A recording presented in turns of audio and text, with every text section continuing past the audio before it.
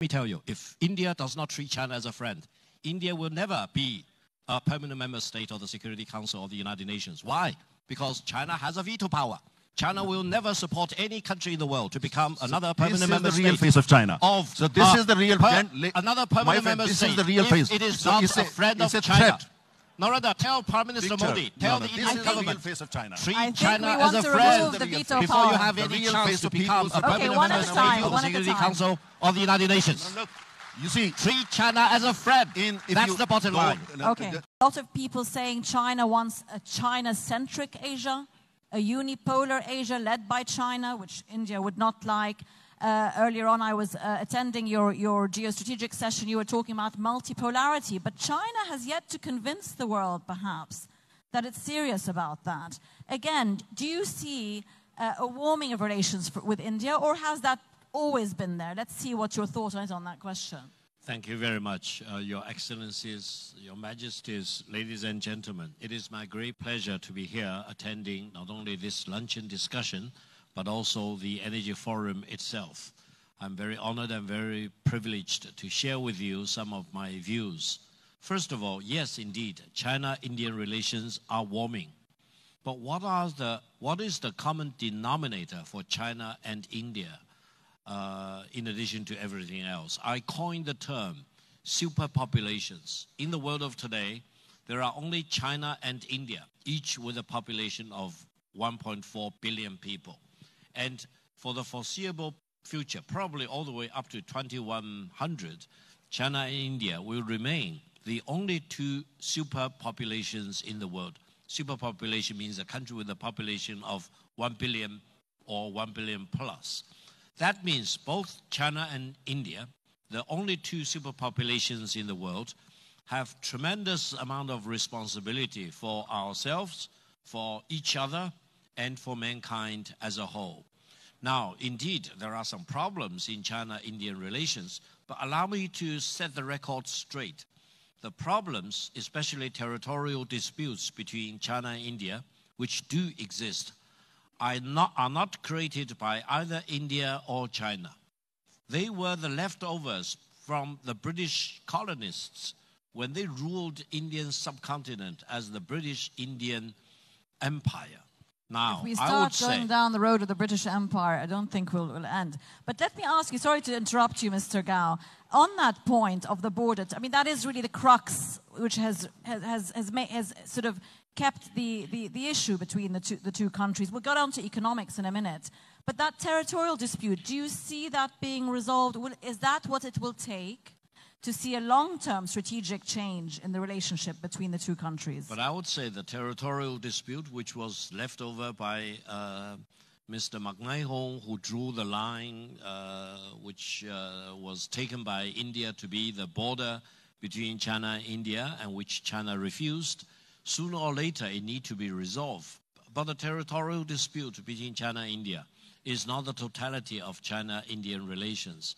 I think when you talk about economics, in 1978, the size of the Indian economy and the Chinese economy were more or less on a par with each other.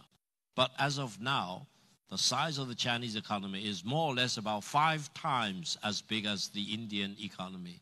Whereas China has become one of the most highly developed industrialized economy, Indian economy still has great potential to go before it fully becomes an industrialized economy. That means China and India can really benefit each other by helping each other.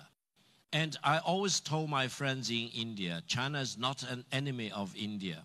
If you think about the war between China and India, the real enemy is the Himalayas, which is the mighty mountain. And Indian side should not really pick a fight against the Himalaya mountain. Okay. That gives us all the reason to be friends with each other. Friends, okay, let's take that. Economic friends. And back to you, Narendra. I mean, you are highly reliant on China's friendly economic supply chain to India.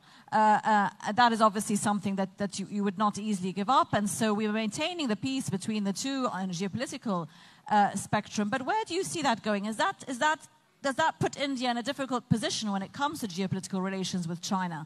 And indeed, with both of the countries' posture with the US as well? Well, as you know, that we have a very interesting partnership with China, economically, industrial areas, and so many other things. But at the same time, the fact remains, we don't look upon China as a developed country, as Victor said. China is a developing country. Look at China's per capita GDP. It's very small. It's number 50 on the global list. And we think there are so many issues and problems that we actually, we can benefit from each other's experience. The question is that, I think the biggest Himalaya, of course, there are some issues on the border and all that. And there is work in progress, negotiations are happening. But the real challenge is that China wants to see, that's our reading, they want to make Asia a unipolar Asia, in the sense Asia dominated by only China is not acceptable to us.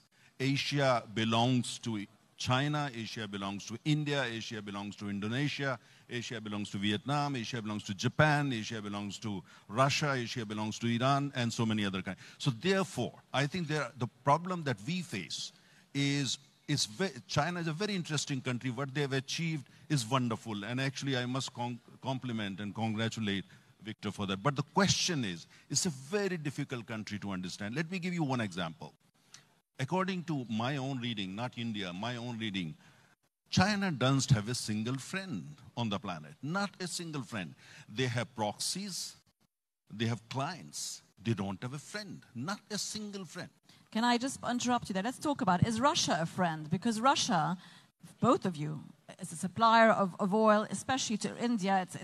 You've been taking 30% of your imports versus 1% a couple of years ago. The Russian President Trump has told India that you're funding the Ukraine war because of so much Russian oil being taken in India. Let me just go to Victor with that. You also do take some Russian oil, maybe not as much as India. Victor, is that a sticking point in your posture with the US, for example, or in your posture with the trade negotiations with the US that China might be having? Well, actually, Narendra is right, partially on one point. In China, we always worry that if we do not have enough friends, we keep worrying about that. Whereas the United States seems to be worried that if they do not have enough enemies in the world. So we always worry if we do not have enough friends. There's no worry and there. If anyone sitting in this August hall wants to be a friend of China, raise your hand and you will have my full support. That's number one. Number two is to have a friend. I think if China is not a friend with the rest of the world, China cannot be the largest trading nation with more than 150 countries in the world. Not only India depends on China for supplies of all kinds, more than 150 countries in the world have China as the largest trading nation. Tell me, any country can be the largest trading nation with so many countries in the world if it's not friendly with all the other countries, if it does not treat other countries with respect and deals with you on equal terms, if it keeps holding a gun at your head. Do you want to have a friend like that? No way. So China believes the whole world should be a friend of China. And China is so eager to be your friend. And China is also very eager to be a friend with India, as I hope Narendra will treat me as his personal friend. Okay, I mean, Narendra, I hear you.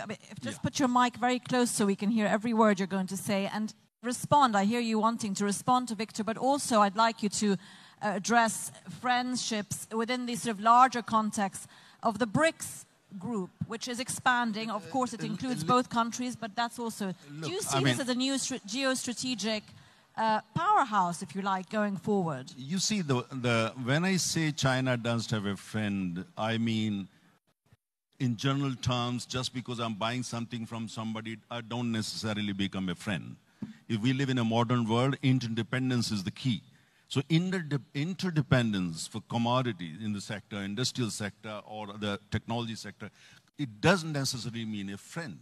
You see, the question is that, when I said China lacks friends, so China does a single friend, ask people in the neighborhood of China. Okay, let's move on at the same to answer your question. At the same time, we are a very large country. We have our own kind of, vision of the world. And we are going to collaborate with China, whether they call us friend, they call us enemy, they call us by any name, wherever we think is necessary. Wherever they are ready to sell us what we want to buy, and we will do that. And there are blocks, for instance, we are part of the Quad. Quad is United States, India, Australia, and Japan. At the same time, we are SCO, which is a Shanghai-based organization, and all that. And there is a perception that, it's kind of China plays a very important role there. And we have no problem with that. So we will shake hand with China wherever necessary. If that's in our national interest, we'll shake hand with Russia wherever we think is necessary. And, we will be part of Quad if we think that tomorrow we need to create our own Quad. Let's say with China together, India, China, and Russia come together to make our world a safer and better place. We will do that.